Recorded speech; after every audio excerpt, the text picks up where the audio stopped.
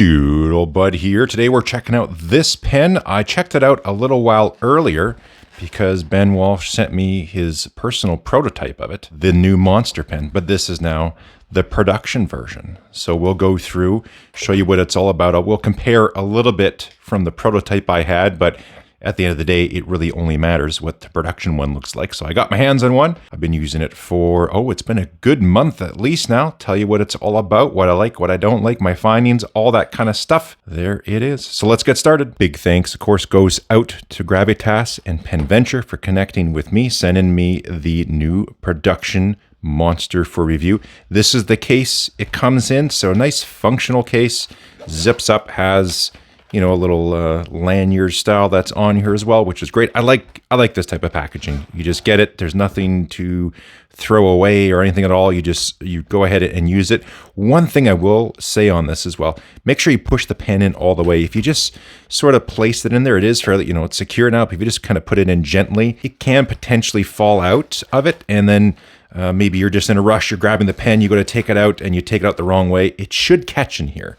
But I'm just mentioning this because the worst thing would be you get this pen, you're using it maybe, during shipping or something like that. It came loose. You don't pay attention. You open it. You're in a rush you're so excited and you're standing up and it falls out and hits a tile floor or something. It is an acrylic barrel. This stuff will survive. It's aluminum, but the barrel, it would snap right around here, and that goes the same really for any pen. That would be the weakest point, is the joint. So just be mindful of that when you take it out and you're all excited. Here's a closer look at the pen. On top, we just have a Gravitas logo, as true to all of his other pens. No clip. We have aluminum anodized cap and also the blind cap here on the back. These parts are anodized aluminum. I think they're bead blasted first and then they are anodized. Same goes for the section. There are some micro grooves that are on here. Aluminum section, bead blasted, anodized. We have the number 8 size nib. There's a few different nib sizes. This is of course extra fine, as you can see. I think it does extra fine, fine, medium, and I believe they do have a broad now. And the feed is the Nico Ebonite feed. So he has this on his piston carbon black as well, the same nib and feed setup. Inside the cap, you can maybe just see it there, but there is a Delrin liner, and you have a dual start Acme thread here in the section, which means the cap goes on and off really nice and easy. It's about 3/4 of a turn, so very fast to pop the cap off, and away you go and get into your writing. The cap does post, makes it, to me, just way too big, but it's not like the most, it's secure. It's not going to come off, but just the design of it here, it can have a little bit of cap wiggle when it's posted. So if that bothers you, well, there you go. Now you know. But for me, it is a very big pen. It's big, but it doesn't feel like huge in the hand. But again, I have a big hand. So for me, a Mont Blanc 149 is very, very comfortable. So if that gives you a little bit of insight or perspective on size and dimensions. What I'll do now, because the big deal with this one, of course, is the filling mechanism that's in here. As you can see, it's already inked. I just finished the writing sample, but I'll clear this out right now. So now we can get into the internals and the details. I have the pen all cleaned out. I was going to compare it to the Pilot 823, but it's a little bit trickier just because we've got that amber color, and I want to show you all the little details of the parts, and just from contrast and lighting, it's going to be tough to show you that. Also, I'll do this in front of camera. I just voided the warranty on the Pilot. So, you shouldn't be doing that, I guess, but on the Monster pen here, if you do that, it's not going to void a warranty or anything like that. Let's go through the details for comparison. I'll just quickly show the prototype version. Again, I have a full video on this one. If you want to learn a bunch more, go see that video. But let's just compare the two right away. The biggest difference between the prototype and then the production model here is you can just see the travel in this valve. If we get focus, there we go. So we have just a little bit of travel here in the valve. On this one, we have so much more. Also, there's the shaft and everything else, the machining. I think these are actually ground to a very specific spec on the shafting. It's a custom shaft, just not off the shelf. This is so much smoother. He told me it was going to be much, much smoother. It absolutely is. So that's kind of the main difference. Like I said, there's a little spline that's right here at the end versus on there. They don't have that. But again, just go watch the full video on that one. But let's use a standard vac filler to go through the difference, because I've had a number of people ask, Well, what is the real difference? So let's go through a regular type of vac filler. We've probably seen this before if you've looked at vac filler pens. So what you have is you have a large washer, O-ring, seal, whatever you want to call it. It has a bit of a cone shape to it, a bit of a wedge shape to it. You have your shaft that goes through, and there also is another seal that happens here. So there's two places this seals. One is right in the center of that gasket, and then the other spot is on the walls of the barrel here. Actually, there's another seal here at the end that seals off the upper reservoir from the bottom. And so how this works, the fundamental principle behind it is sort of, I guess you could say, like an interference fit. So this goes on here and it deforms, and this creates the seal because you kind of squish up against it to create your seal. You press it down, and then eventually you have a breaking point here on the barrel. So there's a feature here on the inside diameter. It opens up, and then all of a sudden you break the seal. And so what happened was you pressed out all the air. You have low pressure back here, and then all of a sudden, boink, you lose that seal, and all of a sudden the liquid comes in, rushes in behind to fill it up.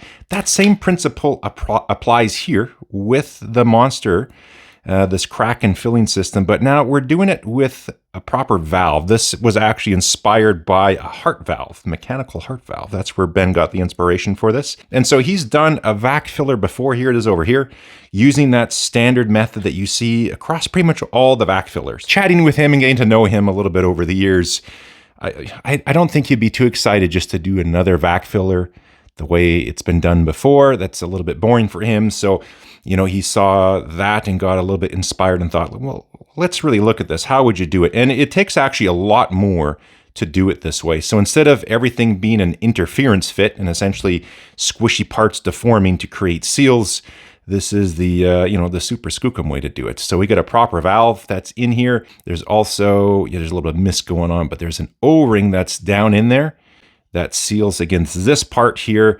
And we still do break the seal here at the very, very end. So everything is sealed up at the very, very end. And then finally, it's a double O-ring that's on here. Finally, boom, same property. You have low pressure here. It's in the water. It fills up. This also now allows you to open and close this valve. So it's a little different. Let me show you when you go to clean the pen, because I just did this when I was clearing out the pen so I could show you. Let's do a fill. I'm going to measure the volume and all this stuff here in a little bit. So up we go. Okay. Now, one thing with vac fillers is you get liquid in behind here. And sometimes when you go to flush things out, it can be a little trickier to do that. And, getting all that liquid out of there can be a little bit of a pain. One thing I do is when I'm clearing things out and flushing it, once I'm really happy with how clean it is, and I'm just getting clear water, I'll just open this up. It's at the bottom, and I'll actually just pull the valve back, and then there you get a little bit of surface tension, but there we go. Because this is just a proper smooth fit, you can open this up and have all the water go past that. You can sometimes do that with one of these, but because there's it's a very small little fitment that goes in there, that surface tension doesn't often let you get past that valve. And actually, well, let's just do it right here. I don't think you can really do that same type of operation on one of these. So if you go in here and you can see we pulled that back, but you can't really have the water get past it. It's not going to do it. So you can clean this out a little bit different than your standard vac filler. Now you can do the same thing. You can remove the section on the bottom, let it all flow out. But it's quite interesting because you can now fill it up. If you have a stubborn ink, you can get some water back here and you can just shake it up and do this. And then you can just open that valve up and let everything flush out. So it's just a total different style. Having a proper valve that all the parts have to be machined, sometimes ground to the exact specification and tolerances that are in the design. And that's how we're relying on creating the seals that we need to create. So it's a precision fit versus on your standard type of vac filler. It's more of what you would call, I guess, like an interference fit. Since I have the pen apart, that is as far as you want to go when taking the pen apart. Don't try taking that off. I believe it's glued on there. You'll break stuff. There is a little aluminum nut that's there. I think that's sort of a bit of a backup because they had to get a laser welder. So I believe, as far as I know, this rod is laser welded to the blind cap. Do not try to take that off. Again, like I said on here, you can take off the section, just unscrew it, no problem. You can take out the nib and feed a couple different ways. You can just unscrew the whole unit here. So you just unscrew it, away you go. All right, and it's got your housing and all that stuff. You got some O-rings here and here. Please observe those, don't lose them. If you're really drying things off, because you have to get every last little drop off, you could be taking off a dab of silicone grease. So not a bad idea to put just a whisper of grease on there, silicone grease, when you put it back together. And then you could also just pull out the nib and feed unit like so if you want to clean it that way. Also, it is keyed in here. So just make sure you have the right orientation when you put everything back in. And again, if you're going in and you just got to get all those little droplets of water out and you're wiping it all down, again, you're probably going to need to re-lubricate just so that this whole valve here and slider works properly. Now you can, just like with other vac fillers, end up with, depending on your ink, how stubborn it is, you can get a little bit of a ring back there. You can see that here on, this is the Asvine V200, you get a little bit of a ring. To really get that out, you have to remove this whole assembly, which you can do on these. But the nice thing, I was testing this here, and you can just, I've used a little bit of pen wash. I put an ink on here that I knew was sort of stubborn. And I just put a little bit of pen wash and I just opened the valve, let it get in there, close the valve. And then I just shook it up really, really well. And honestly, that got rid of all of it. Again, you got to be now mindful that you could have just removed a little bit of the grease that's on there. So a little dab inside, and then you're back to your normal operation. So enough about the filling system. Sorry for the long-winded explanation, but I've just had so many people ask about it. How is it different? They're a little bit confused. So I hope I did a decent job of explaining that. Let's get into some of the other details. We'll do size comparison, stuff like that, ink capacity, and then, of course, how has it been as a pen? Because that's the most important part. Here is the lineup we have going on. We got the Asvine V200. This is the Gravitas Piston Carbon Black. Then we got the Monster, a Lamy LX Pilot 823. Here we are with the caps off. Let me post it. You can see they're all quite large when they're posted. The only pen I actually use posted is this Pilot 823. Let's get you the physical dimensions. The cap body here, it's sort of at the widest point, is around 18 and change, 18 and a quarter. The body itself, it does have a bit of a taper to it as well, but somewhere around 16 millimeters. It's got a bit of a bulge to it in here. We pop off the cap. Let's start off with the section diameter. So just above the threads, just right around 14 millimeters. You can see it's got a bit of an hourglass shape to it, bulges out back again just near the end, but sort of around the narrowest point, 12 and change. Nice long section diameter. I mean, you can grip really anywhere, but the grippable part, we're around 24 or so millimeters. Threads, like, they're not a bother whatsoever. So if you grip down here, you're good. If you like to grip up around here, they're not sharp, they're not uncomfortable or anything like that. It's about 144 millimeters with the cap off and 146.5 with the cap on. The section is comfortable and it is anodized aluminum. Anodized aluminum sections are kind of my least favorite sections because they are just inherently a little bit slick and slippery. There are some micro grooves. Let me get the macro lens. There's a better look at them there. So that definitely does help with the grip. For those of you that still just have problems with slippery sections, you know, maybe wait a little bit, because I imagine at some point there's going to be different materials, whether it's titanium or just what, maybe he will do an Ultim section. There is a better grip on this Ultim section. So it'd be cool at some point, there will be different materials. If that's going to be something for you that you're concerned about, I would just say wait until other material options are available. The pen with nothing in it, we got about 42.6 grams of that. 14.3 is in the cap, which that means it leaves about 28.4 or so in the body. Let's do an inking up. I'll just use water to measure the ink capacity. I added just a couple drops of ink to make it easier to see the ink level in here. Otherwise, clear on clear is tricky. To press it, let's get you a little closer. Pop that down, and then up it comes. It doesn't do a full fill all the way on purpose. I think it's mainly for a little bit of safety reason, because you can get a lot of pressure that's on here. That alone will get you over 4 milliliters of ink. It can hold more. So what we're going to do now is a super fill. We're going to push out the air. You're going to wait to see a little come out the top. We'll put that in. It's very tough around a camera here. There we go. Finish the job. Press it up.